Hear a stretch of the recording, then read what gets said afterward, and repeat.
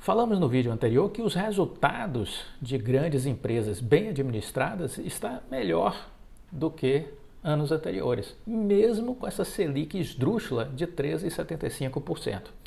A Ernst Young, empresa de auditoria, ela fez um estudo dizendo que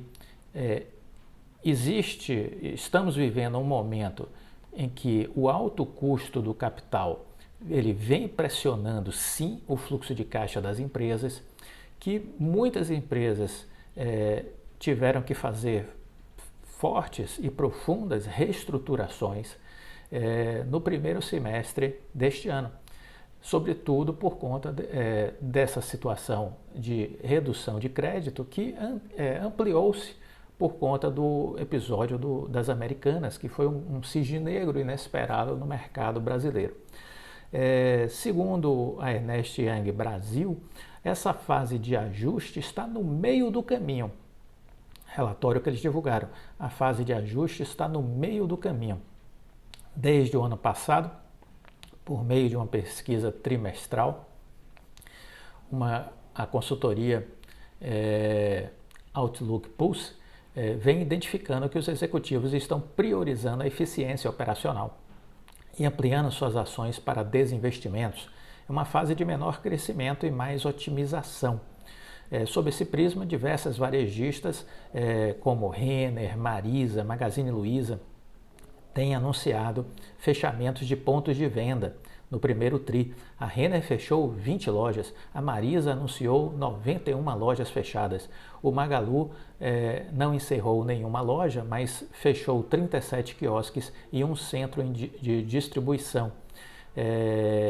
Então, todas elas estão cortando custos, estão reduzindo despesas para se reposicionar diante deste momento onde há uma dificuldade maior na nossa economia por conta, ao meu ver, da burrice do Banco Central, que está mantendo a Selic em 13,75. Clóvis, você acha que a Selic devia estar em quanto? Em 12,75%.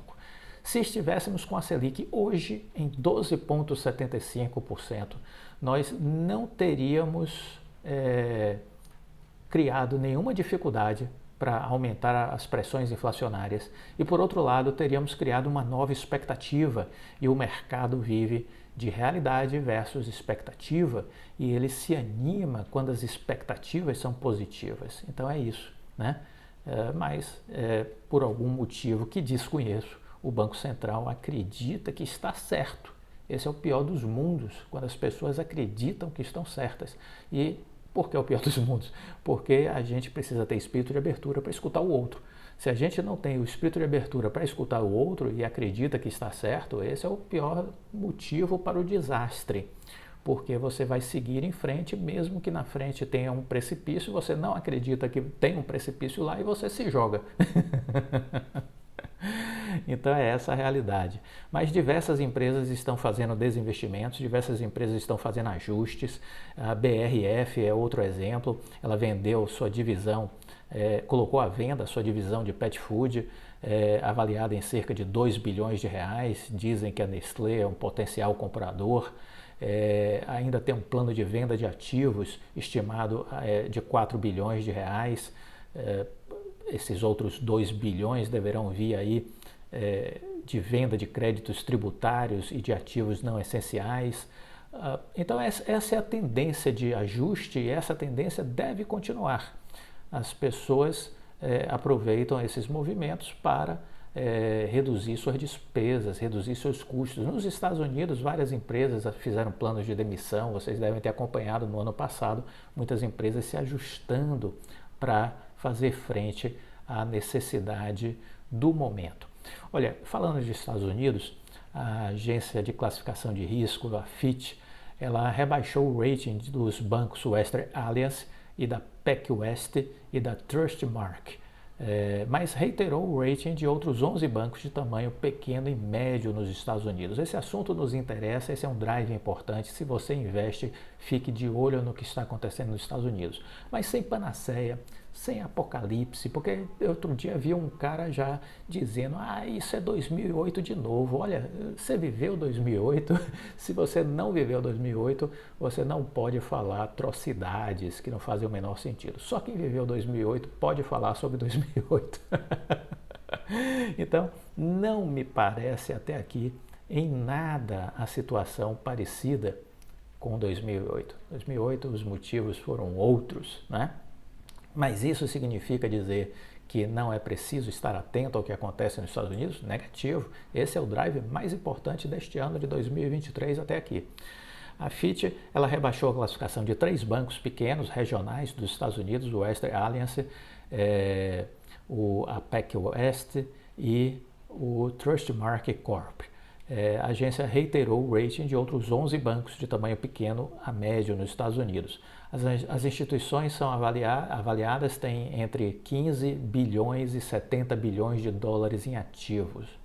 A Fitch diz que o rebaixamento destes 3 bancos foi por conta das saídas de depósitos, notavelmente acima dos seus pares, ou por conta dos baixos níveis de capital tangível.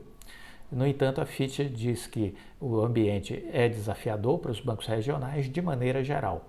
Embora a composição dos negócios e a dinâmica do mercado regional afetem cada banco no grupo de pares de médio porte dos Estados Unidos de maneira diferente, o grupo provavelmente enfrentará maiores dificuldades no ambiente de liquidez mais restritiva. Então tá aí. Isso tem a ver com o que, Clóvis? Isso tem a ver com a alta de juros nos Estados Unidos. Isso tem a ver com a quebradeira de 4 bancos até aqui e, por conta disso, de fuga de depósitos de bancos menores para bancos maiores. Os bancos maiores estão ganhando, vão continuar ganhando. Os bancos menores estão balançando. Por conta disso, Warren Buffett já chamou a atenção do governo americano e do Federal Reserve para o risco de uma quebradeira generalizada em diversos bancos pequenos, diferente de 2008. E, ao mesmo tempo, o presidente do JP Morgan chamou à razão o Federal Reserve e os órgãos reguladores dos Estados Unidos que eles precisam ser mais céleres, precisam ser mais proativos para estabilizar o sistema. Vamos continuar acompanhando. Acompanhe o canal Viver de Renda, porque essa leitura a gente está sempre fazendo. Deixe o seu like, compartilhe com os amigos, fique com Deus, até a próxima.